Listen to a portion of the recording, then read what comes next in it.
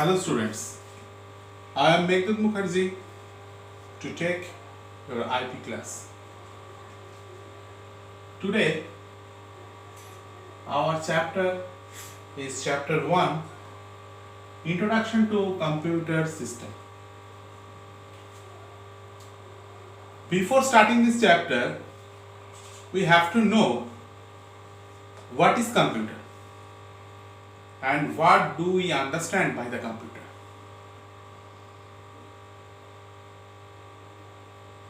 Computer is an electronic device. It can perform arithmetical and logical operations and also perform the different types of jobs. So in a word, you can say,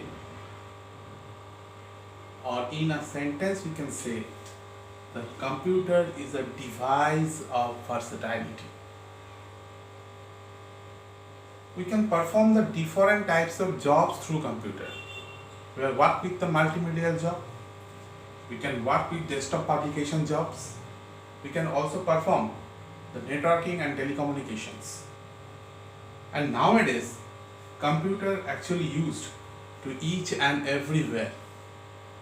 In the current scenario, we are taking the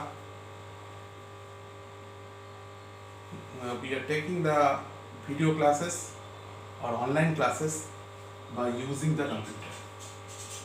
So we can say the computer is a device of versatility.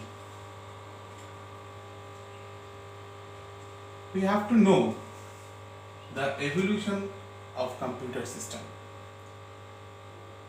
how the present computer has been developed. We have to know the history about it. We can classify our computer generations with 5 different categories, and each and every generation has some technological changes over there, and the basis of the technological changes we can divide it or segregate different generations. First generation of computer. In the year 1940 to 56, this particular computer was made by the vacuum tubes. Examples of the first generation computer is ENIAC, EDIVAC, etc. The huge computer, and the computer is made by the huge number of vacuum tubes, and that's why it emits a large amount of heat, and it can perform the arithmetical and logical operations. The very poor memory power over there, and it is also perform the batch processing. Then, to solve the difficulties of vacuum tubes or frequently maintenance of the vacuum tubes, the technology has been changed, and vacuum tubes is replaced by the tiny transistor. The tiny transistors were found in second generation of computer in the year 1956 to 1964. In that particular durations, the several types of inventions also over there. In case of second generation of computer, the size become reduced, heat generation is reduced, cost is reduced, memory power is increased, processing speed is increased. But some difficulties also found over there. We need more faster, more efficient computer. That's why the second generation computer has been replaced by the third generation of computer, and the third generation computer is made by the IC. IC means integrated circuits.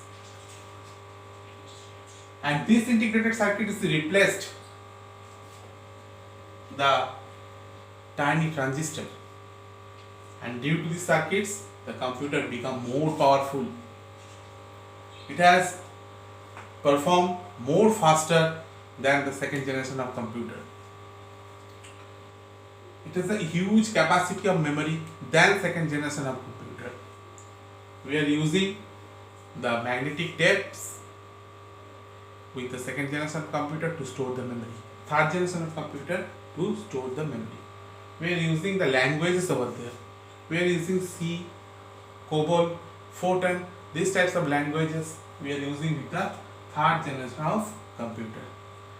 Then the ICs has been replaced by the microprocessor in case of fourth generation of computer in the year 1972 to 1989. In that fourth generation of computer, you can say it is more faster than third generation computer, huge amount of memory. We are using the hard disks over there to store the huge amount of data, and it is more faster, more accurate, more diligence than the third generation of computer. But our development are not stopped over there. We think we are getting more from computer. So that's why in the year 1989, Japan invented the fifth generation of computer, and in that particular scenario, the one new concepts also developed. This concept is known as the AI, artificial intelligence. Basis on the two different technological changes make the difference between fourth generation and fifth generation of computer. One is AI, another is multi-core processor. We are using the quad-core processor or quantum processor with the fifth generation of computer. It increased the huge speed, huge accuracy of the computer. And also we have developed the AI, artificial intelligence. In case of fourth generation, third generation, second generation and also fourth generation of computer, we are not getting the AI techniques or AI implementations. But AI implement or AI technique is implemented in the fifth generation of computer. A computer has artificial intelligence. Computer takes some decision by its own. That is the main motto of artificial intelligence. So again, I am telling about the first generation, second generation, third generation, fourth generation and fifth generation computers.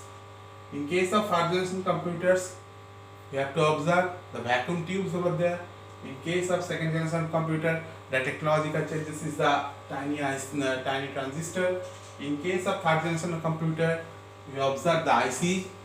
And in case of fourth generation of computer, we observe the microprocessor. And in case of fifth generation computer, we observe the artificial intelligence and multi-core processor.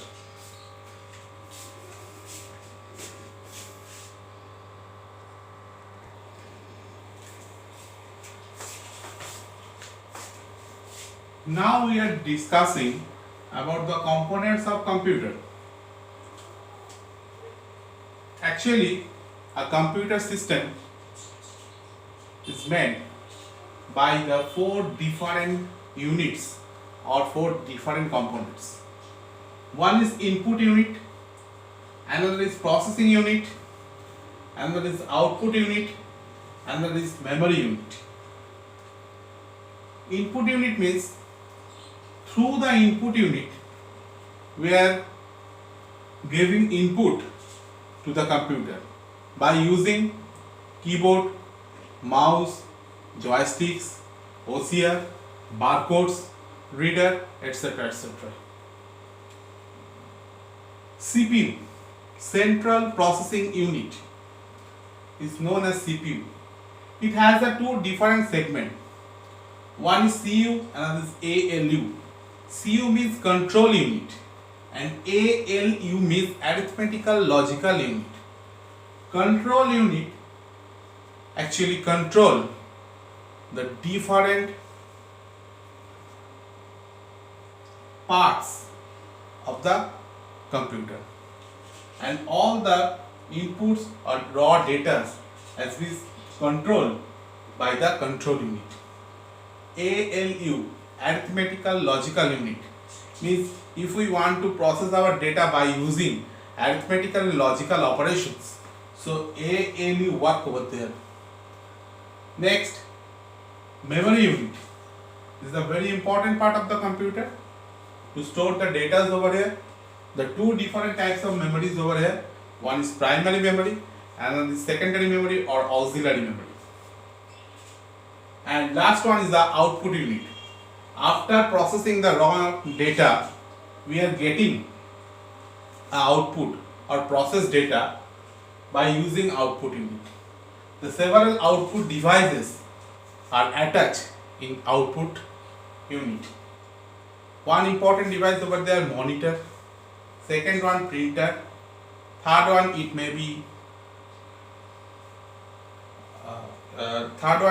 be the speaker.